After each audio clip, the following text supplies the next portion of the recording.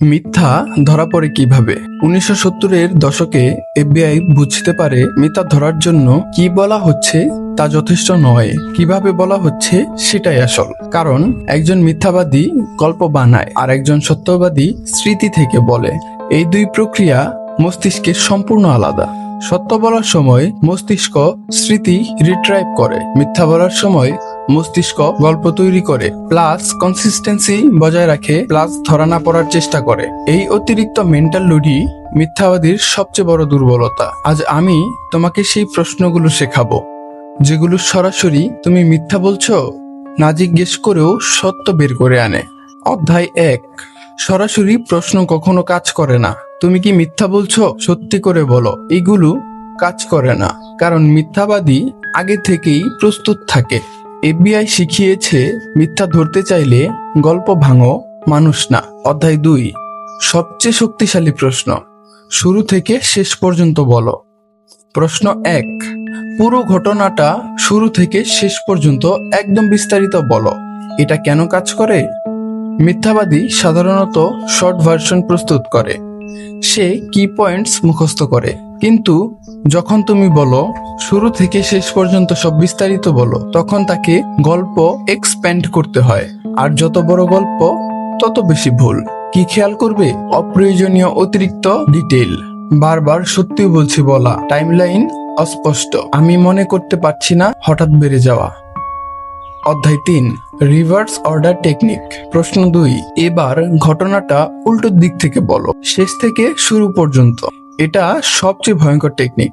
কেন? সত্য ঘটনা স্মৃতি থেকে আসে, উল্টো বললেও সম্ভব। মিথ্যে ঘটনা বানানো, উল্টো বললে ভেঙে যায়। মস্তিষ্কে মিথ্যা ধরে রাখতে অনেক মেন্টাল এনার্জি লাগে। উল্টো ক্রমে বললে কগনিটিভ ওভারলোড হয়। লক্ষণ: দীর্ঘ বিরতি, হঠাৎ টাইমলাইন পরিবর্তন, আগের কথা কন্ট্রাডিক্ট করা, নার্ভাস হাসি। এই প্রশ্নের পর অনেক মানুষই নিজেই জড়িয়ে যায়। অধ্যায় 4, আনএক্সপেক্টেড ডিটেল কোশ্চেন। প্রশ্ন 3, তখন ঘরের গন্ধ কেমন ছিল? তুমি ঠিক কোথায় দাঁড়িয়েছিলে? ও তখন কি পড়েছিল? এগুলো ডিরেক্ট না, কিন্তু পাওয়ারফুল। কেন কাজ করে? সত্য স্মৃতি সেন্সরি ডিটেইল বহন করে, গন্ধ, শব্দ, আলো, তাপমাত্রা, স্পর্শ। মিথ্যা গল্প সাধারণত ঘটনা কেন্দ্রিক, সেন্সরি নয়। তুমি যখন আনএক্সপেক্টেড সেন্সরি প্রশ্ন করো, মিথ্যাবাদী প্রস্তুত থাকে না। অধ্যায় 5, সাইলেন্স, সবচেয়ে বড় শক্তিশালী অস্ত্র। এফবিআই নেগোশিয়েটর ক্রিস ভস বলেন, silence is the ultimate weapon in an interrogation. কৌশল: প্রশ্ন করো, সে উত্তর দিক, চুপ করে তাকিয়ে থাকো। নীরবতা মানুষ সহ্য করতে পারে না। সত্যবাদী উত্তর দিয়েছে, থেমে যাবে। মিথ্যাবাদী ফাঁকা জায়গা ভরতে শুরু করবে, বেশি বলবে এবং ভুল করবে। অধ্যায় 6, বেজলাইন বিহেভিয়ার ধরো।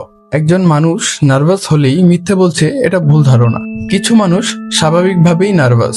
তাই এফবিআই প্রথমে কি করে? স্টেপ 1, বেজলাইন তৈরি করে।